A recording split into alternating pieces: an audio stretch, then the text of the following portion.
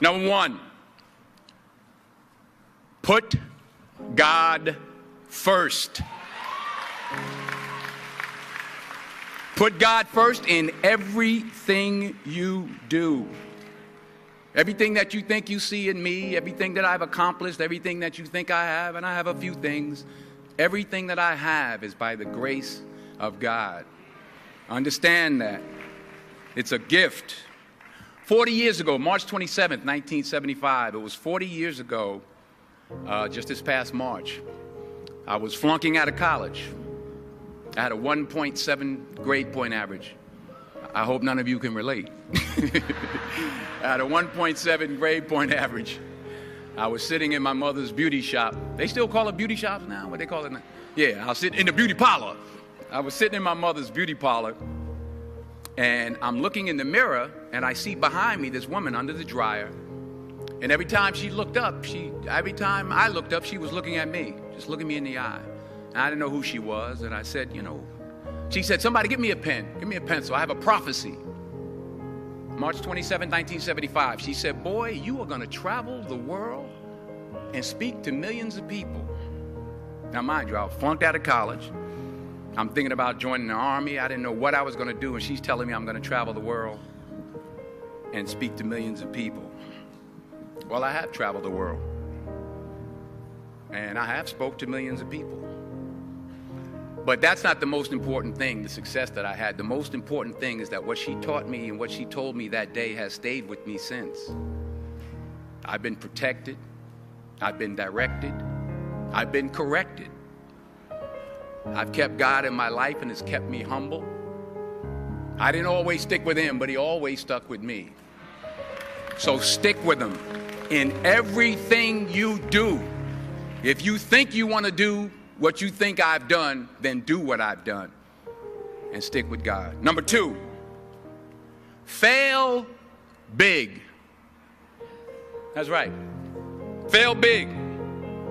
Today's the beginning of the rest of your life, and it can be very frightening. It's a new world out there. It's a mean world out there, and you only live once. So do what you feel passionate about. Take chances professionally.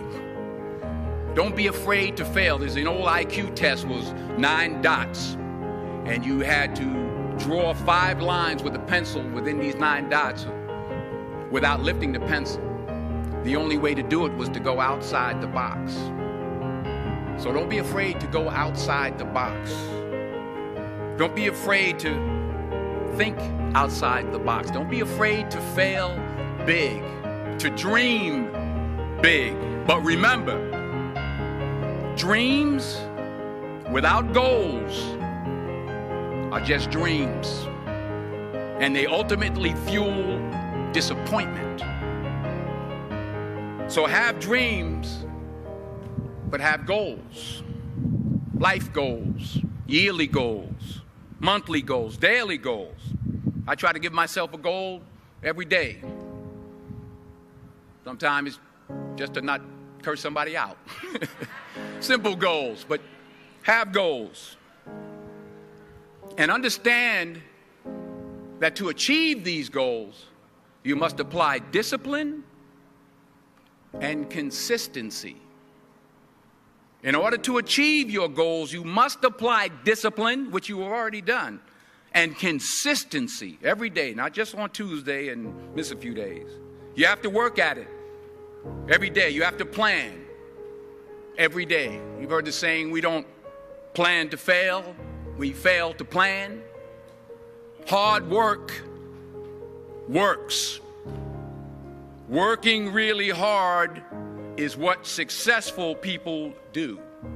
And in this text, tweet, twerk world that you've grown up in, remember, just because you're doing a lot more doesn't mean you're getting a lot more done. Remember that. Just because you're doing a lot more doesn't mean you're getting a lot more done. Don't confuse movement with progress. My mother told me, she said, yeah, because you can run in place all the time and never get anywhere. So continue to strive, continue to have goals, continue to progress. Number 3, you'll never see a U-Haul behind a hearse. I'll say it again. You'll never see a U-Haul behind a hearse. I don't care how much money you make, you can't take it with you. The Egyptians tried it. They got robbed. That's all they got. You can't take it with you. And it's not how much you have. It's what you do with what you have. We all have different talents. Some of you will be doctors, some lawyers, some scientists, some educators, some nurses, some teachers. Yeah, okay. Some preachers. The most selfish thing you can do in this world is help someone else. Why is it selfish? Because the gratification, the goodness that comes to you, the good feeling that I get from helping others, nothing's better than that. Well, one or two things, but nothing's better than that. Not jewelry, not big house I have, not the cars, but it's the joy. That's where the joy is, in helping others. That's where the success is, in helping others. Finally, I pray that you put your slippers way under the bed tonight, so that when you wake up in the morning, you have to get on your knees to reach them. And while you're down there, say thank you for grace. Thank you for mercy. Thank you for understanding. Thank you for wisdom. Thank you for parents.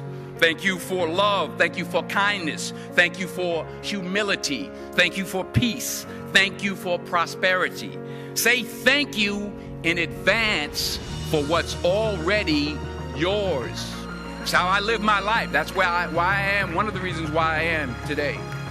Say thank you in advance for what is already yours. True desire in the heart for anything good is God's proof to you, sent beforehand to indicate that it's yours already.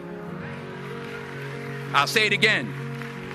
True desire in the heart, that itch that you have, whatever it is you want to do, that thing that you want to do to help others and to grow and to make money, that desire, that itch, that's God's proof to you, sent beforehand already to indicate that it's yours.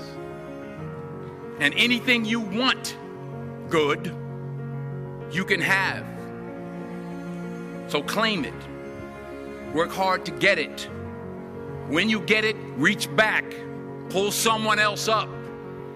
Each one, teach one. Don't just aspire to make a living. Aspire to make a difference. Thank you.